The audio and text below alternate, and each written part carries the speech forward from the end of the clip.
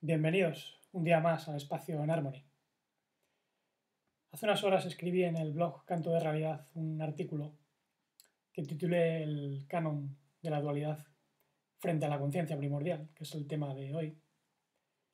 Y ahí tenéis muchos detalles de cuestiones que voy a tratar ahora. Dado que hay personas que han preguntado ciertas cosas, pues he abierto la caja de lo que llaman secretos, que no son secretos. Y ahora voy a dar unas pinceladas. Y digo que no son secretos porque siempre han estado ahí delante, pero como el ser humano está dormido, pues no lo ve. Evidentemente no es culpa del ser humano, hay fuerzas que mantienen al ser humano dormido. Y bueno, es hora de comenzar a revelar ciertas cosas. Lo hago en respuesta a una pregunta que me hicieron el otro día en una entrevista en el canal de Pedro Ortiz. El hermano Pedro y el hermano Pico me estuvieron preguntando. Ahí tenéis publicada la entrevista en el blog y también en su canal. Y una de las preguntas era sobre el movimiento Q asociado, ¿no?, a la campaña del presidente de los Estados Unidos. Y veréis de dónde viene la palabrita. Veréis que hay una ley de dualidad muy conocida desde antiguo que tiene que ver con las leyes de vibración. Y en árabe la palabra canon significa ley. Y todo esto también lo hago en respuesta a una sugerencia que me hizo un oyente el otro día, un oyente de Galicia bastante asiduo, que me recomendó un documento llamado Revelaciones de un insider de familia elitista.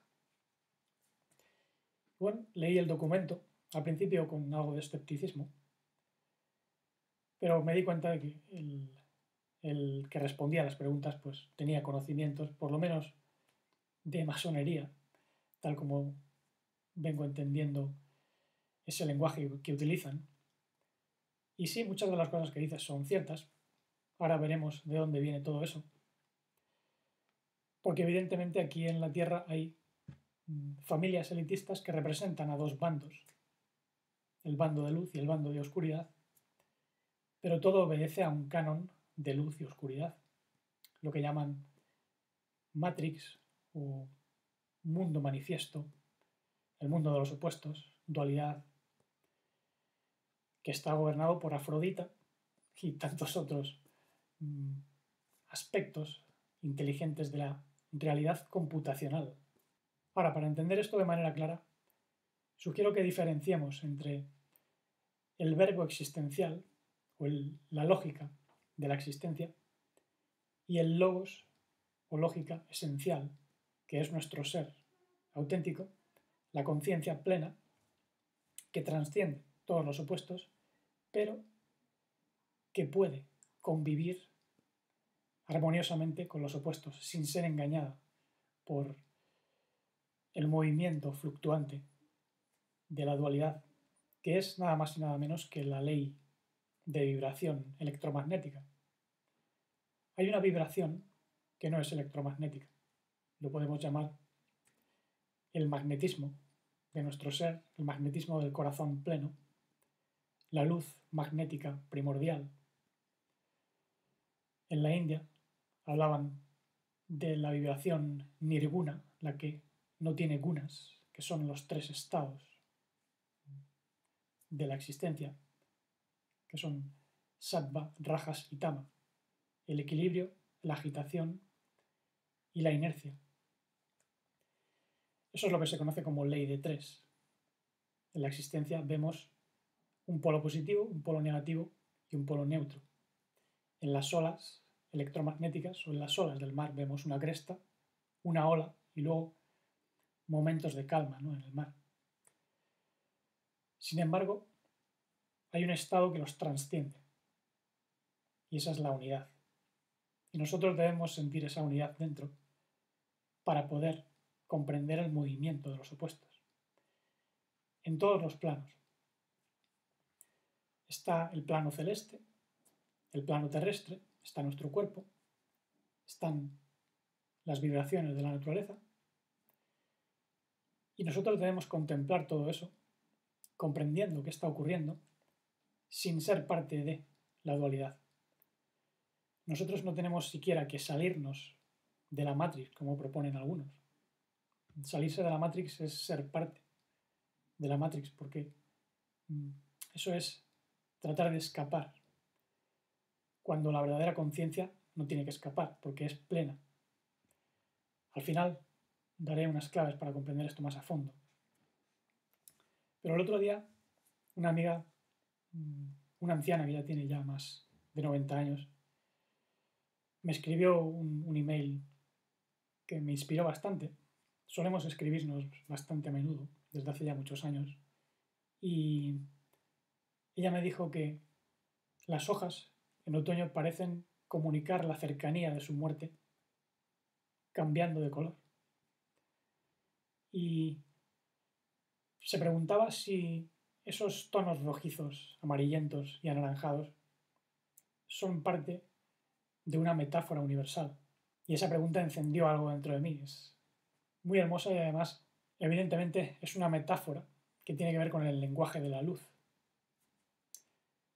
Pero hay luz electromagnética y luz primordial, luz magnética. La luz electromagnética, la luz de opuestos, digamos que da lugar a diversos colores, tonalidades, vibraciones. No solo en el plano físico, también en los planos sutiles.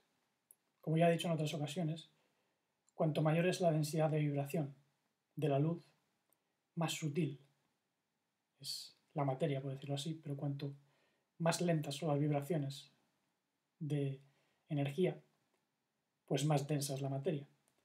Y en el espectro de la luz esto lo vemos como una aproximación hacia el rojo.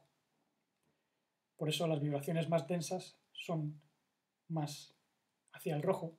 Luego también hay vibraciones infrarrojas por debajo del rojo. Y por encima, pues tenemos los colores del arco iris, por ejemplo, que son básicamente 7. Hay tonalidades y vibraciones intermedias, lo que se llaman microtonos en música, pero básicamente serían el rojo, el naranja, el amarillo, el verde, el azul, otro tono de azul, luego otro tono violeta o violáceo, y así sucesivamente. Esos son los 7 tonos que expresan la ley de 7. En música serían do, re, mi, fa, sol, la, si. El do sería la repetición del primero. Y se mueven hacia el rojo o desde el rojo con la ley de 3, que es esa ley de opuestos, de polo positivo, polo negativo y polo neutro. Eso es lo que crea la ola, la onda electromagnética. Sin embargo, nosotros, digamos, que no debemos identificarnos con este despliegue de tonos, de realidad, sino más bien comprender que nuestra conciencia no es ni sujeto ni objeto, aunque expresa diversas cualidades. Y cuando estas cualidades no están armonizadas, pues se crean distorsiones. Entonces es cuando surge la dualidad, los enfrentamientos. Y lo vemos, evidentemente, en el mundo de los astros. Por ejemplo, hay tensiones planetarias, tensiones estelares, hay supernovas, estrellas que explotan. Todo eso no es demasiado armonioso. También tenemos que tener en cuenta que lo estelar se refleja en lo terreno. De hecho, hay inteligencias estelares que ponen a sus regentes en la Tierra como almas o neurotransmisores encarnados en humanos para dirigir las actividades humanas. Y de ahí vienen muchas de las ideas sobre encarnados, enviados, mensajeros de luz, familias de élite, incluso monarquías, teocracias. Todo eso lo explico en detalle en el blog porque es parte del tema. Pero es solo una pequeña parte. Tened en cuenta que este mundo en el que vivimos está regido por opuestos y hay arquitectos, regentes, archontoi, arcontes, como se les decía en griego, que, digamos, establecen el equilibrio entre los polos opuestos. Ellos son positivos y también tienen funciones negativas. Por ejemplo, los que implantan sistemas nerviosos o cuerpos físicos evidentemente tienen un polo negativo, pero también hay arcángeles que envían fotones de luz que son, digamos, el aspecto positivo.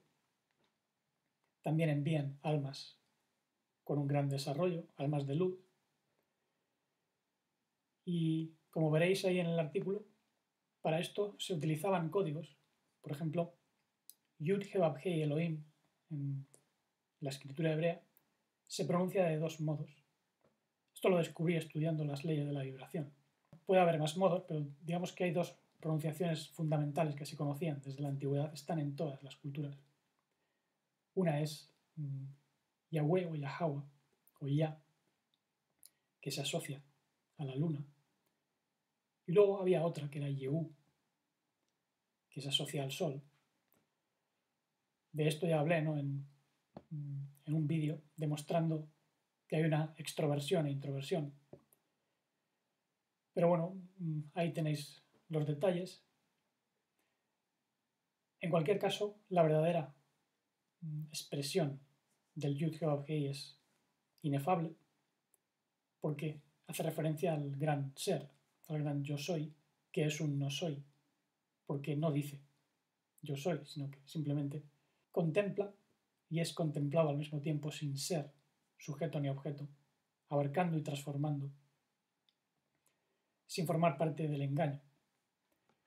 Mientras que en el mundo de los opuestos todo es tremendamente engañoso. Incluso hablar de verdad implica decir ciertas mentiras, porque estos lenguajes que tenemos aquí están llenos de falsedades. Y lo mismo sucede con la falsedad. Hay ciertos matices de verdad, si no la gente no lo creería. Y la humanidad ha estado siendo gobernada por medio de mentiras que tienen piezas de verdad. Esa es la estrategia de todas las teocracias, todas las políticas, todas las enseñanzas engañosas que os podáis imaginar, incluida nuestra propia mente. Entonces, debemos hallar una verdad que no es opuesta a la falsedad, sino una verdad que no tiene opuestos, que es adual, una verdad completa, que es la de la conciencia, primordial aquí y ahora, que puede incluso trascender el mundo de las vibraciones existenciales y armonizarlas. Por eso hablo de un verbo existencial y un verbo esencial. El esencial no se pronuncia, no se ve, no se huele, no se toca. Se siente en el corazón y en una expansión de mente. La infinitud mora a través de nosotros. El verdadero ser está siempre presente. Y no está atrapado en la Matrix, por eso no tiene que salir. No tiene que pagar siquiera karma porque es limpio. No tiene que hacer tikkun, reparaciones. Todo eso forma parte del canon dual. Canon en árabe significa ley. Y hay una ley de vida y una ley de muerte. Por cierto, la vida no viene de la muerte. Eso es lo que se ha dicho muchas veces, pero no es exactamente así, porque la vida ha sido desde siempre, antes incluso del surgimiento de la muerte. Eso sí, en nosotros tiene que morir el orgullo, el afán de estar por encima. Tiene que morir el sufrimiento. Y eso es lo que significa dejar que el ego sea crucificado en los 4 elementos de la materia. Incluso en esta tierra estamos crucificados a nivel astral, porque la tierra también tiene un sol, una luna y un Saturno que juega un papel fundamental según las enseñanzas antiguas. Los 4 astros conforman la cruz astral, donde está crucificado la consciencia del Adán que cayó y que de algún modo tiene que ser despertado con una conciencia plena, que no está crucificada. Por eso cuando nosotros percibimos esa conciencia plena, podemos decir con el Maestro, todo ha sido consumado. En el Nuevo Testamento eso aparece justo cuando el hombre o el humano está crucificado en la cruz, ¿no? Pero claro, lo que está crucificado es ese ego inferior, no el verdadero ser, no el gran ser de conciencia que siempre ha sido libre. Todo ha sido consumado en la verdadera realidad. En la existencia, pues todo sigue según opuestos y tenemos que tomar nuestra cruz. Como el Maestro dijo también, quien quiera ir en pos de mí, desapéguese de su ego inferior, tome su cruz y sígame. Esto lo suelen traducir como niéguese a sí mismo, pero la palabra que se utiliza es aparneomai, que es apartarse, desidentificarse. Nosotros no tenemos que negar algo que está ahí. Simplemente debemos percibirlo como lo que es, una manifestación de la existencia. Tenemos cuerpo, tenemos emociones, tenemos mente, tenemos deseos. Esa es la cruz que tenemos que tomar porque estamos aquí en un mundo existencial. Y con él debemos trabajar, pero no para pagar deuda, sino simplemente para ayudar a los demás. Nuestro ser real está aquí para expresarse y conectar. Recuerdo una ocasión en la que tenía clases de armonía en Irlanda hace 20 años. Y ese día pues yo llegaba tarde a clase. Entonces corrí todo lo que pude. La habitación donde me daban las clases estaba en un 5.º piso y no tenía ascensor el edificio. Entonces tuve que subir corriendo y al llegar arriba pues estaba completamente fatigado y vi la puerta de la clase cerrada y escuché que alguien estaba tocando el piano. Supuse que era el profesor trabajando todavía con el alumno anterior. Entonces me senté en la silla que había al lado de la puerta y traté de relajarme, ¿no? Escuchando el piano. Era un nocturno de Chopin, me acuerdo. Y recuerdo que las vibraciones del piano literalmente atravesaron la puerta, todo mi cuerpo, y la agitación desapareció de golpe. Y sentí, esto es lo que yo quiero transmitir esta serenidad, esta paz, y combinarlo o dar a entender que tiene que ver con la esencia de la espiritualidad también, que no es solo música. Y eso que el piano seguramente no estaba afinado con un La 432, que es la afinación natural. Seguramente estaba un La 440, que es una afinación de muerte, pero incluso las cosas artificiales, cuando las percibimos con conciencia plena, pueden ser rearmonizadas, porque no son las cosas, sino la conciencia con la que miramos, lo que determina la vivencia que tenemos. Por eso no tiene sentido acusar a la Matrix, ni mezclar todo con todo para justificar el estado en el que estamos. Evidentemente hay muchos obstáculos, pero no podemos tampoco meterlo todo en el mismo saco. Hay regentes celestes que envían luz positiva y tiene su función en el universo, igual que en nuestro cuerpo, pues hay elementos del sistema inmune que son positivos, pero que a veces pueden ser negativos. Todo depende del contexto. Y evidentemente aquí en la Tierra, pues también hay magos de luz que pertenecen a algunas agrupaciones y se han estado, digamos, batallando el puesto, luchando contra magos de oscuridad, como Gandalf contra Saruman. Ahí lo explico en el blog. Pero luego hay magos que comprenden la luz primordial y se salen del juego. Comienzan a comprender que hay un canon de vida. Y canon también es una palabra musical. Mi canon preferido es el de Pachelbel. Canon es una melodía que sirve de acompañamiento. Y también hay armonías de conciencia que sirven de melodía y acompañamiento en nuestra vida, pero tienen que estar presentes por medio de nuestra atención. La atención es un signo de amor. Cuando nosotros prestamos atención, podemos canalizar ese amor y esa vitalidad desde nuestro ser primordial. El uno, donde podemos percibir incluso las cualidades, las tres gunas, los tres estados de la materia: agitado, equilibrado, inercial, sin ser afectados por los mismos. Entonces surge una serenidad y una dicha y una comprensión y una seguridad que nadie nos puede quitar. Esa es nuestra verdadera voluntad y conciencia. Ahí no tenemos que elegir entre la píldora roja o azul, como le ofrece Morfeo a Neo en la película Matrix. Morfeo es el dios del sueño. Es decir, la elección, el libre albedrío, forma parte de la ilusión y se hace en estado de hipnotismo. Esto no consiste en ser buenos ni en ser rebeldes. Eso ya lo han hecho muchos y han fracasado, porque aquello de lo que huimos nos persigue, lo que tememos aparece.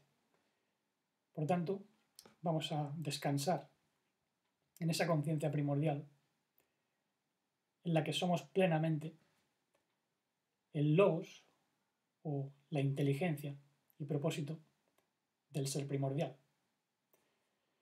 Y el logos se hizo carne, se dice en el Evangelio de Juan.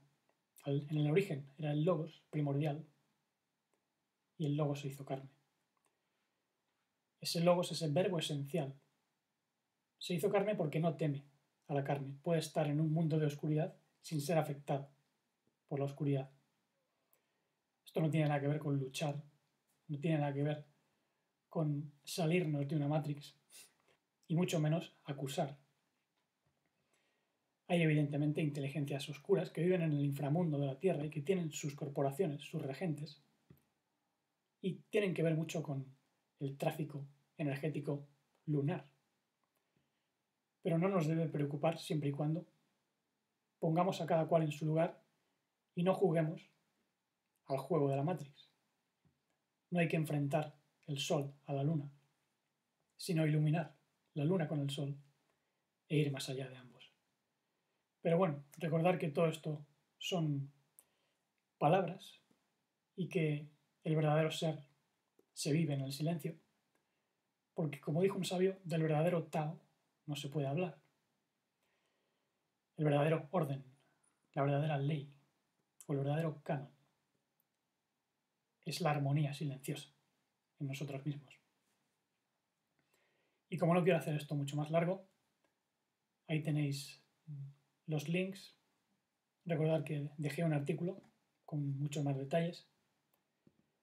Y hasta el próximo día, pues muchas gracias por seguir escuchando y bendiciones de amor incondicional desde la fuente primordial, vida no alterada, conciencia intuitiva e integral y serenidad dichosa e infinita.